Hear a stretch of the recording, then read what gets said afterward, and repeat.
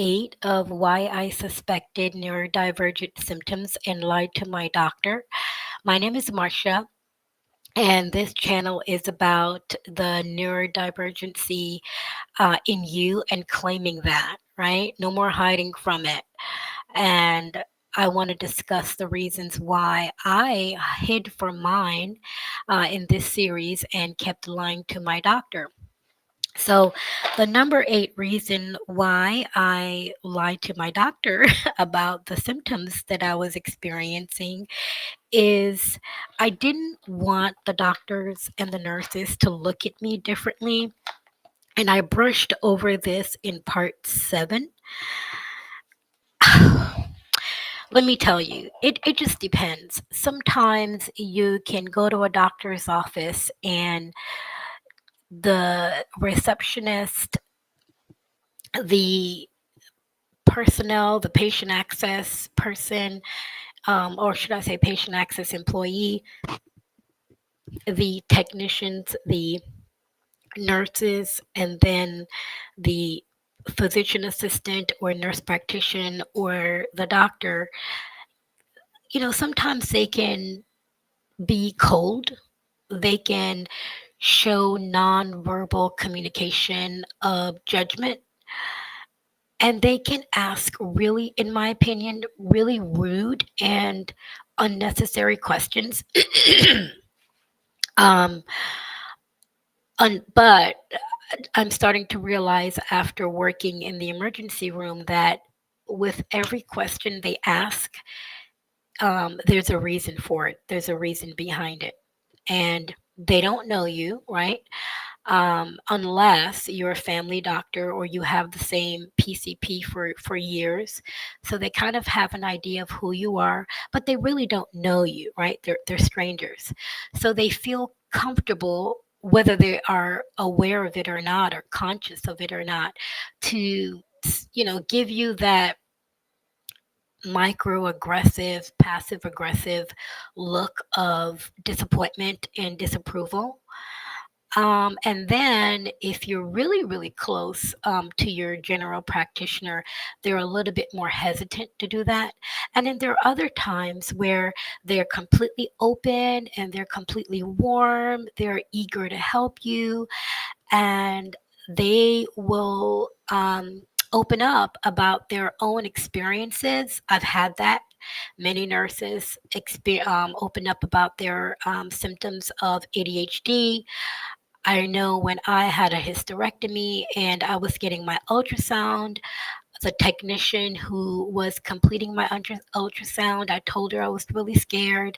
What do you think about it? Have you met anyone or spoken to anyone intimately about having a hysterectomy? And she flat out said, I did it. I, it was the best thing I ever did. My health was in decline.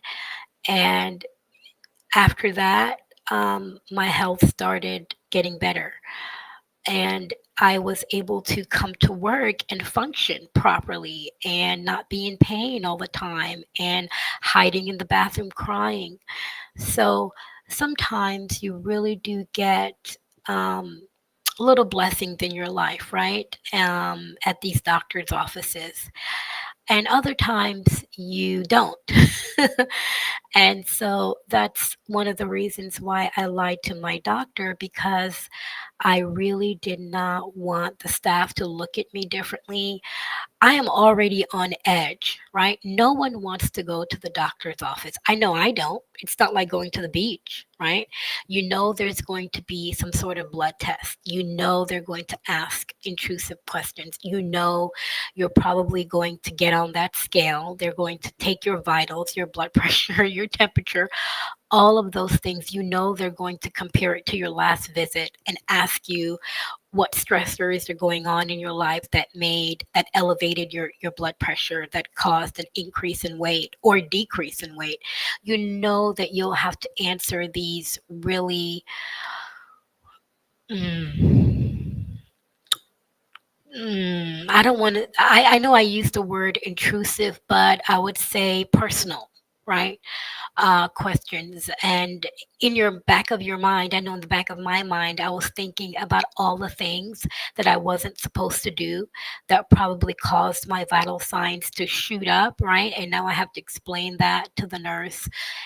First I have to explain it to the technician who takes my vitals, and now I have to explain it to the nurse and then to the doctor. It's like, golly, how many times do I have to, talk about this? So I'm already frustrated, I'm already annoyed, and I just want to get out of there. And then if you are not in a small town, I'm in a very rural town, uh, so the wait is not long, but the state I was living in prior, the wait was always long. So you're just waiting there, and your anxiety, your headache is just getting worse and worse.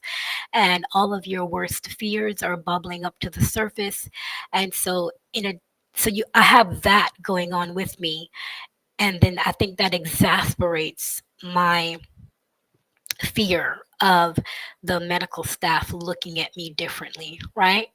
I think that maybe induces some sort of paranoia, right? And they may not even be looking at me differently, or I'm perceiving in my mind, right, that they may, if I tell them the truth, and that may not be the case. So if you for me, my symptoms of ADHD was hyperactivity, inattentiveness. I remember the first psychiatrist I spoke to, I told him that I had trouble focusing, and I would wake up for work sometimes and just sort of sit like staring in outer space. Sometimes I would stare at the floor trying to remember what it is I need to do for the day, right? I know I need to get up, or I know, right, that you're supposed to get up, and get dressed, right, and take a shower and brush your teeth and all that. But I just couldn't move because I was just staring out in space. Um, Sometimes I would forget things, like my water bottle, my lunch, um, because I'm rushing, right? And that's part of my ADHD. Sometimes I wake up really excited, and I've got this burst of energy from out of nowhere, and I'm just in a rush, and I'm not able to just calm down, take a deep breath, regulate myself. My hormones are all out of whack, and then of course I forget vital things that I need for work. So I'm going into the doctor's office knowing that my life is a mess, and then I'm supposed to like open up to you and tell you that? No, thank you. And then I'm just supposed to sit there while you judge me. So those are the type of thoughts that was going through my head. So I just want to encourage anyone out there in YouTube land, if you feel that the medical staff is going to judge you, treat you differently, look at you differently, ask you sarcastic questions, the best thing you can do if you don't feel comfortable is to change. Your primary care physician. If you don't feel comfortable, you don't need permission. All you got to do is call up another office, and say, hey, are you accepting any new patients? And they'll say yes or no. If they say no, just call another one. If they say yes, say, I'd like to schedule an appointment, and they will take your name, your date of birth, your address, your phone number, your email, and they will schedule you when the physician is taking new patients. It might be right away. It might be 6 months out. So be prepared for that. And then they'll ask you what type of insurance you have, and get the ID number off of your insurance card. And then they will mail you, which is the reason why they ask you for your address. They will mail and email and text you the new patient paperwork. Please go ahead and fill that out as soon as you get it. Don't wait until it's close to your appointment to fill that out. If you are rushing a day or two before filling that out, you're going to just answer anything because you don't want to fill that out. And I've done that before. So don't do it. In order for you to get the help you need to fill it out accurately and precisely. as best as you can, right? You may not remember or know a lot of things on there, especially about your family history, if your family is keeping it, hiding it, denying it, lying about it. But you can answer the questions the best you can about yourself, right? Because those medical forms are really about you. So don't worry about if they're going to judge you. And if you feel like they are judging you, right? If that's something that you observed and that's how you feel, just switch to another primary care physician. That's all you got to do. You don't have to stay and take that. You don't have to endure that. You deserve to be in a doctor's office where you feel welcomed, where you do not feel judged, where you don't dread going to, where you're not canceling the appointments because you don't want to deal with rude medical professionals. You don't have to subject yourself to that. And I have changed physicians. I do not explain anything to the old physician that I'm moving out. I am changing. When you get your new patient paperwork, they, I believe they will ask about where you were before and request your records. I'm not sure if all of the paperwork I've ever filled out have asked that. If I had to take a guess, an educated guess, I would say yes. But I do remember filling out one paperwork where they did not ask me about my previous um, um, doctor, and you do not have to sign the disclosure form to release medical records, because they will have you sign that form to get medical records from your previous doctor, and you do not have to sign that, because what they do is when you do the new patient paperwork, they'll have you sign it just in case they need to request any medical records from the previous doctor, and that way they don't have to ask you at the time they're requesting it, because your release form is already on file.